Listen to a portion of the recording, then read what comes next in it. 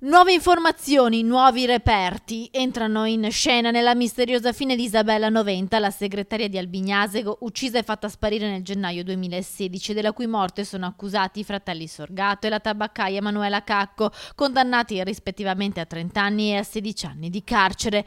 Nella spiaggia di Albarella alcuni bagnanti hanno rinvenuto un altro frammento osseo curvo di circa 17 cm in avanzato stato di decomposizione.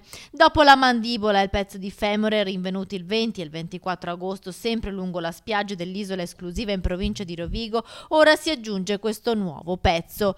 Inoltre, secondo quanto rivelato dal quotidiano Il Gazzettino, sarebbero spuntate anche altre 2 ossa ritrovate da una turista di Asolo ad Isola Verde.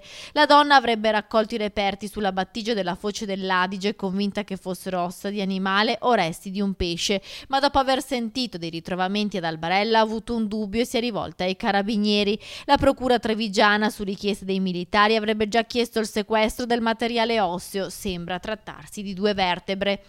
Le analisi sulle ossa ritrovate intanto inizieranno il 6 settembre. Il medico legale incaricato è Lorenzo Marinelli di Ferrara. Prima di mettere la parola fine, però, l'esperto nominato dalla procura di Rovigo dovrà accertare che siano ossa umane ed escludere l'ipotesi che si tratti di reperti animali. Solo a quel punto verrà estratto il DNA per stabilire se si tratti di Isabella. Il fratello Paolo Noventa, che abbiamo intervistato nei giorni scorsi, ha detto di essere in grado di poter riconoscere la mandibola della sorella, visto che la donna aveva subito alcuni interventi per la sistemazione di un ponte, ma dopo aver visto le foto del reperto trovato il 20 agosto nutre molti dubbi che possa trattarsi della mandibola di Isabella.